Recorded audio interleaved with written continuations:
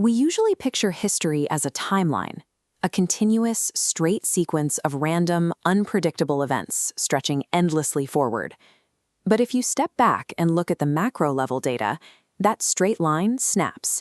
It coils into a predictable, repeating wave. Across the 20th century, multiple independent macro-historians studied hundreds of years of global conflict.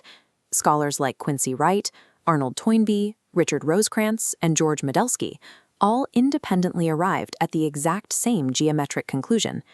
They each mapped a recurring four-quarter cycle, oscillating between periods of societal stability and global war. Their models also align on a highly specific duration.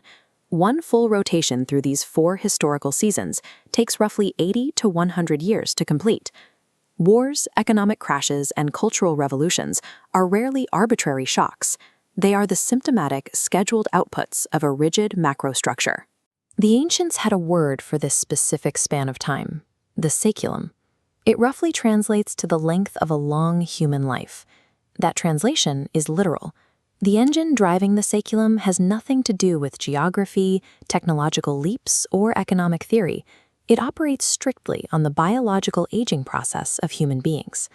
The human lifespan neatly divides into four distinct biological phases, each lasting about 2 decades. We move through youth, into rising adulthood, enter midlife, and finally reach elderhood. Individuals experience these phases sequentially, but society experiences them collectively. Enormous generational cohorts move through these biological stages in unison, carrying their shared childhood experiences into the halls of adult power. The saeculum is simply the macroscopic projection of a single human lifespan onto the timeline of civilization. As the 80-year cycle turns, society continuously produces 4 distinct generational personas. We can plot these distinct archetypes onto a matrix. This chart profiles these generational archetypes, starting with the prophet. Born during eras of high institutional order, prophets, like the modern boomer generation, grow up to become deeply principled visionaries. Their adult focus turns inward, highly concentrated on morals, religion, and values. Next is the nomad, seen in Generation X, raised during periods of cultural sheer self-sufficiency. Then comes the hero archetype, embodied by the millennials and the GI generation. Cultivated during times of unraveling order, they enter young adulthood highly focused on the outer world, rebuilding infrastructure and taking collective, rational action. Finally, the artist. Like the silent generation or today's homelanders, they are overprotected during times of severe crisis. They grow into expert, placid adults who prioritize complex due process, often to the point of indecision. These 4 profiles map perfectly onto classical psychological models. This matrix demonstrates that the hero, artist, prophet, and nomad parallel the 4 ancient temperaments, Jungian functions, and Myers-Briggs types. They are biological constants. Generational boundaries are deep, recurring psychological paradigms. They dictate exactly how a society will process and respond to stress. The 4 seasons of the saeculum are generated by a specific sociological tension, the fluctuating ratio between the supply of social order and the public's demand for it. This table tracks that tension. Look at the first turning, or the high. The supply of order is actively rising, and the public demand for it remains high. Society happily reinforces collective institutions and maintains a unified, simple worldview. Moving to the second turning, an awakening. The supply of order is at peak, but the demand for it completely plummets. Society tires of conformity. They attack the very institutions built during the high, turning inward to discover personal passion. By the third turning, the unraveling, the supply of order is actively falling, while demand remains entirely absent. Individualism reaches its maximum output. In this third season, the social mood becomes highly cynical and fragmented. The culture prioritizes what feels right over what actually works. Central authority weakens and institutions slowly erode. These 3 sequential turnings take about 60 years to play out. It is a slow, methodical process of institutional decay that systematically exposes the society to a critical vulnerability. Which brings us to the climax of the saeculum, the 4th turning, the crisis era. Returning to the social mood table, we see the violent shift that triggers this final season. The supply of social order hits absolute rock bottom, right at the exact moment the societal demand for it violently spikes.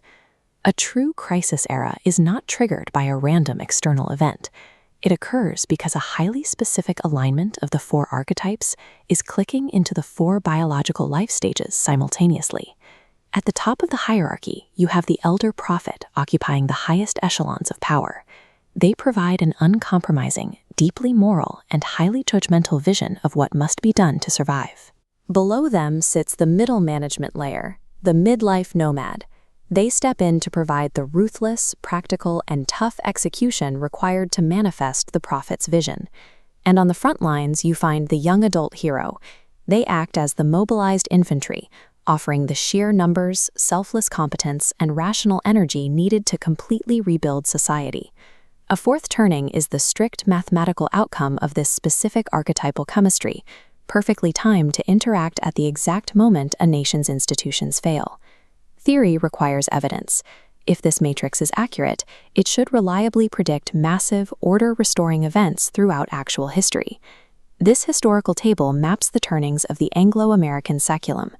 Roughly every 80 years, coinciding exactly with the 4th turning alignment, society reliably engages in a massive conflict to resolve its institutional crisis. We see it in the late medieval and Tudor iterations of the cycle, which culminated in the brutal total warfare of the War of the Roses, followed by the Armada crisis. In the late 18th century, the matrix aligned again. The principled elder awakening generation directed the young adult Republican generation through the American Revolution. Fast forward to the 20th century.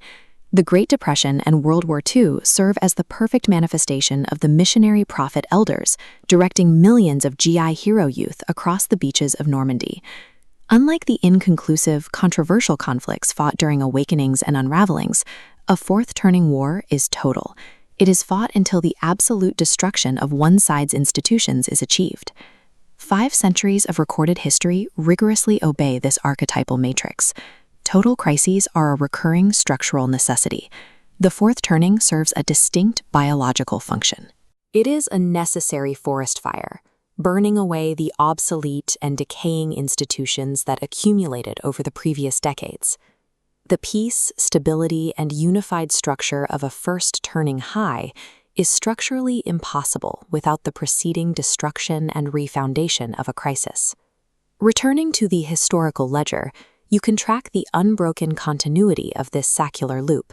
It operates smoothly across more than half a millennium of human life. And right at the bottom, we see where our current macro-societal timeline rests within the mechanism. A crisis is not the end of history. It is the harsh, essential reset mechanism required for a civilization to endure. Forecasting macro-historical trends does not require predicting random black swan events.